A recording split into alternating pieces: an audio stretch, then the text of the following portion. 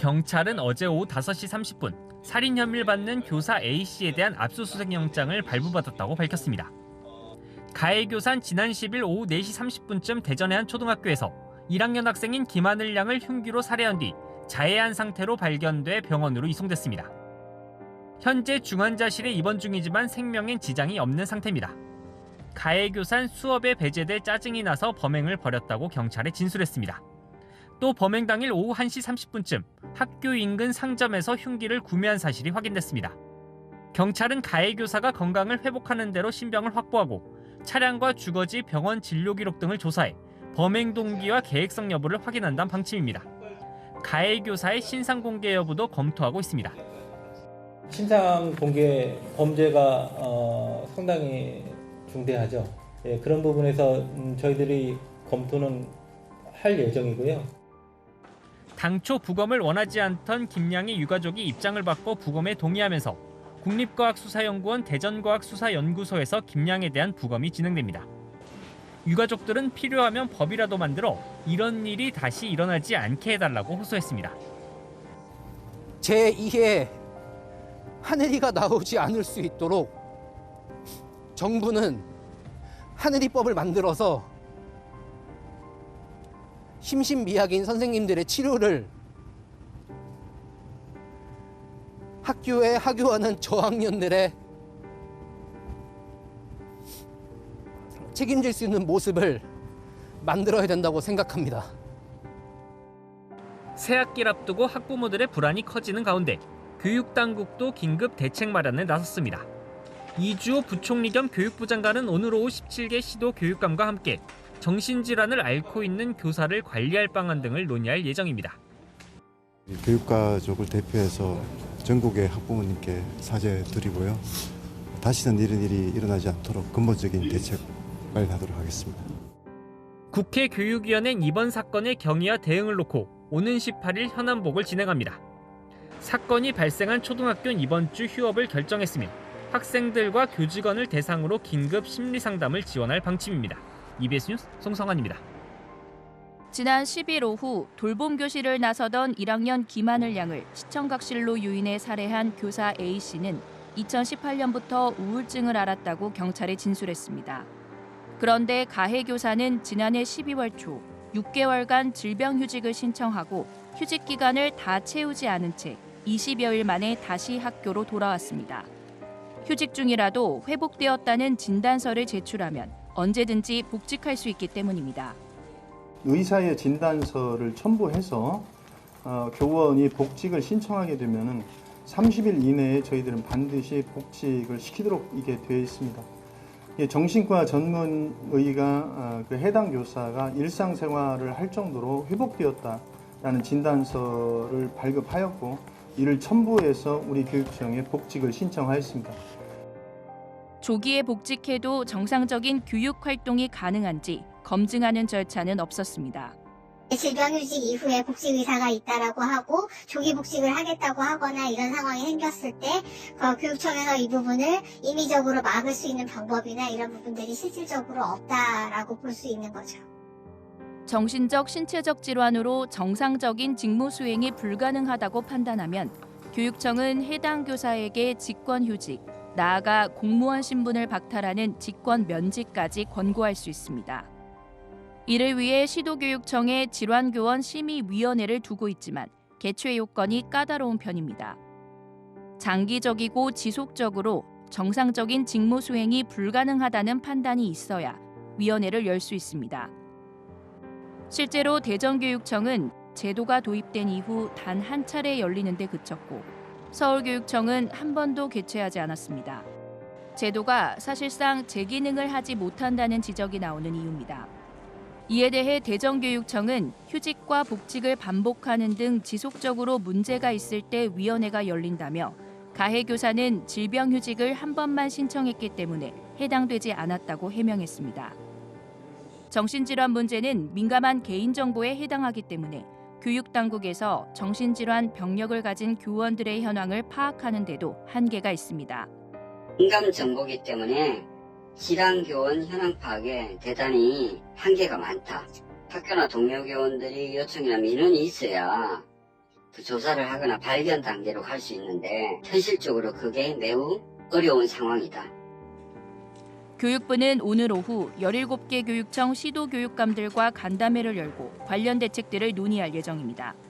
EBS 뉴스 이상미입니다. 1학년 김하늘 양이 숨진 공간은 초등학교 건물 안 시청각실입니다. 엄연한 교육 공간으로 아이들이 종일 철저히 보호받아야 하는 곳입니다. 하늘 양을 해치고 자해를 시도한 교사는 나흘 전에도 학교 안에서 이미 동료 교사의 팔을 꺾는 등 폭력적인 행동을 보인 것으로 알려졌습니다. 동료 교사들이 뜯어 말려야 할 정도로 심각한 상황이었지만 업무에서 분리하는 조치는 없었습니다.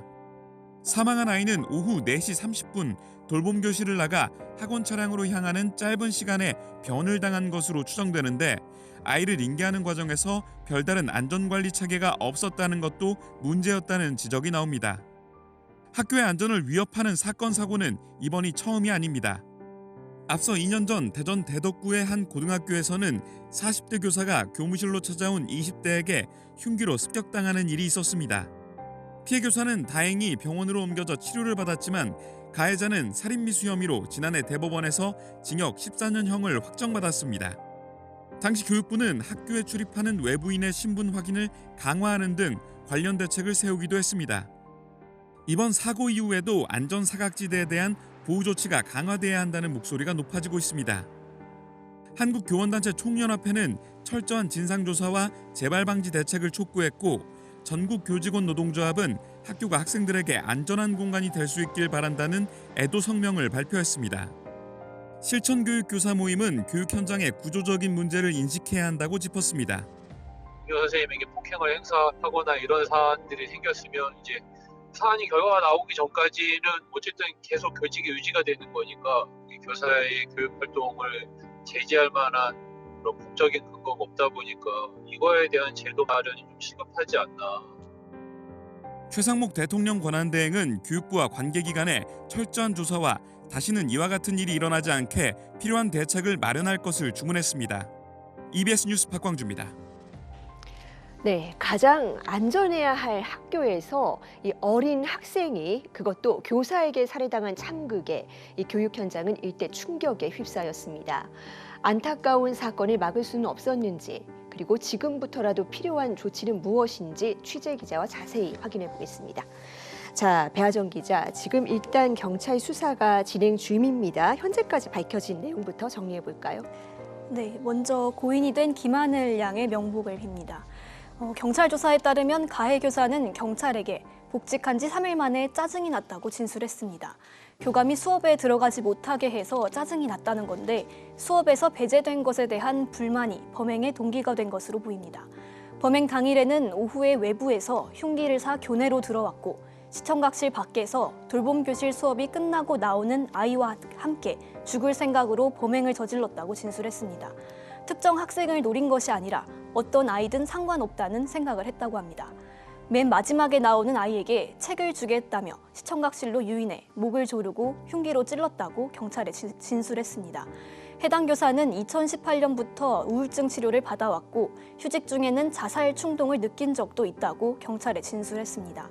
경찰은 오늘 오전에 국립과학수사연구원에 피해 학생 시신 부검을 의뢰했고요. 가해 교사에 대해선 체포영장과 차량, 주거지, 휴대전화 등에 대한 압수수색 영장을 신청했습니다. 수사를 진행하면선 구속영장도 신청할 방침입니다. 또 유족 등의 동의를 얻어 가해 교사의 신상 정보를 공개하는 방안도 검토 중이라고 밝혔습니다. 네, 이 교사가 정신적인 문제가 있었고 또 복직한 지 얼마 되지 않은 상황이었죠? 네, 가해 교사는 지난해 12월 22일가량 우울증으로 질병휴직을 했습니다. 원래는 6개월간 질병휴직을 신청했었는데 20여일 만에 조기 복직했습니다. 해당 교사가 대전교육청에 복직을 신청하면서 진단서를 제출했는데 그 진단서에는 일상생활을 할 정도로 회복되었다는 정신과 전문의의 소견이 있었고 교육청은 복직을 승인했습니다. 교육청은 해당 교사가 여러 번 휴직을 한 게 아니라 단 한 번 휴직을 한 상태였기 때문에 질병휴직심의위원회를 개최해 유심히 관찰을 할 사유가 없었다고 말했습니다. 하지만 해당 교사는 복직한 이후에도 불안정한 모습을 보였다고 전해졌습니다. 사건 나흘 전인 지난주 목요일에도 소동이 있었습니다. 불 꺼진 교실에 해당 교사가 혼자 서성이고 있었는데 이를 본 동료 교사가 같이 퇴근하겠느냐며 대화를 시도했고요.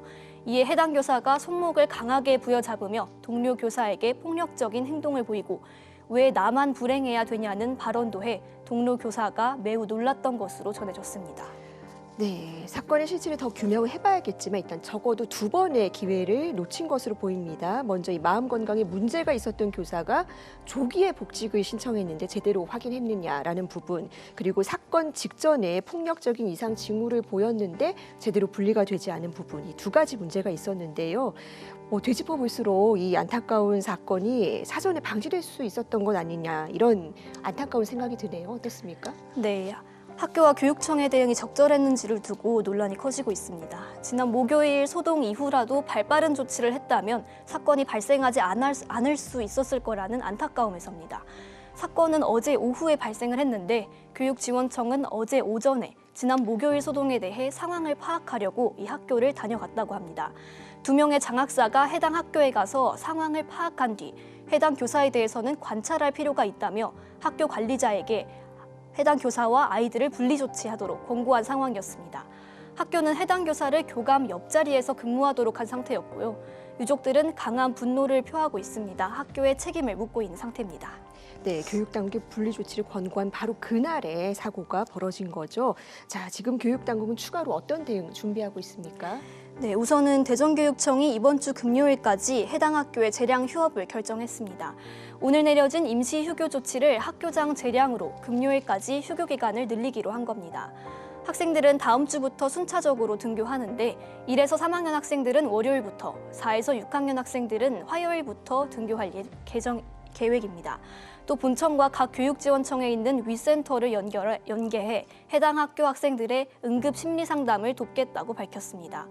전교생에게 동의서를 받은 뒤에 심리 지원이 있어야 하는 학생에게만 심리 상담을 제공하겠다는 방침입니다. 교직원들을 대상으로도 긴급 상담을 지원하겠다고 밝혔습니다. 애도 기간도 운영합니다. 대전교육청은 긴급 브리핑에서 오늘부터 금요일까지 나흘간을 애도 기간으로 정하고 관내 타 학교에서도 교육을 진행하겠다고 밝혔습니다. 설동호 대전교육감은 숨진 학생의 명복을 빈다며 유가족들에게 위로의 말을 전했고요. 경찰 등 유관기관과 협력해 사고 원인을 파악하고 대책을 만들겠다고도 말했습니다. 네, 교원단체들도 잇따라서 애도 성명 발표하고 있죠. 네, 교원단체들도 일제히 애도 성명을 냈습니다. 가장 안전해야 할 공간인 학교에서 일어난 사건에 교사와 학부모 그리고 학생들까지 모두가 충격에 빠져 있는데요. 교원단체들은 고인이 된 학생에게 명복을 빌고 소중한 자녀를 잃은 유족들에게는 깊은 위로의 말을 전했습니다. 전국 교직원 노동조합은 철저한 조사를 통해 어떠한 의혹도 남기지 말고 유가족의 원통한 마음을 풀어주기를 바란다며 다시는 이런 사건이 발생하지 않도록 정부 당국의 철저한 조사를 촉구한다고 말했습니다. 한국교원단체 총연합회도 결코 있어서는 안 되는 일이라며 충격과 참담함을 금할 수 없다고 말했는데요. 예방 및 재발 방지 대책을 마련을 요구했습니다. 또 학생 안전을 최우선으로 보호하는 근본적인 개선이 필요하다고도 강조했습니다. 서울교사노동조합은 가해교사가 지난 목요일에 이상 징후를 보였을 때라도 교육청이 적극적인 개입을 했더라면 어제와 같은 비극은 막을 수 있었을 것이라며 교육청의 소극적인 행태로 학교에서 소위 폭탄 교사를 떠넘기기라는 관행이 계속되고 있다고 말했습니다. 네, 이번 사건을 계기로 이 마음 건강에 문제가 있는 교사들에 대해서는 어떤 관리가 필요하다라는 지적도 나오고 있죠. 네, 교육당국이 해당 교사의 정신건강 문제를 미리 인지하고도 적절한 조치를 취하지 않은 점에 대해선 비판 여론이 거셉니다. 정신병력을 가진 교원에 대한 관리가 부실한 것이 아니냐는 지적인데요. 교육청의 안일한 판단으로 범행 사전에 있었던 경고음을 놓쳤다는 비판도 나옵니다. 대전 등 일부 시도교육청은 정신적, 신체적 질환이 있는 교원이 교직 수행을 제대로 판단할 수 있는지 가늠하기 위해 질환교원 심의위원회를 운영 중인데 이게 유명무실한 것이 아니냐는 비판도 있습니다. 실제로 대전교육청은 2015년 9월부터 질환교원 심의위원회를 운영해왔으나 2021년 이후 한 차례도 열지 않은 것으로 나타났습니다. 대전교육청은 해당 위원회가 과도하게 가동될 경우 인권침해 소지가 있다며 관련 가이드라인 등을 17개 시도교육청이 논의해 대책을 마련하겠다고 밝혔습니다. 네, 정말 이 어린아이의 죽음에 우리 모두 다들 안타까운 마음이 깊이 있을 겁니다. 그런데 이 마음이 누군가를 향한 어떤 비난이나 분노로 번지기보다 두 번 다시 이런 일이 일어나지 않도록 근본적인 시스템 마련에 힘을 모았으면 좋겠습니다. 배아정 기자 잘 들었습니다.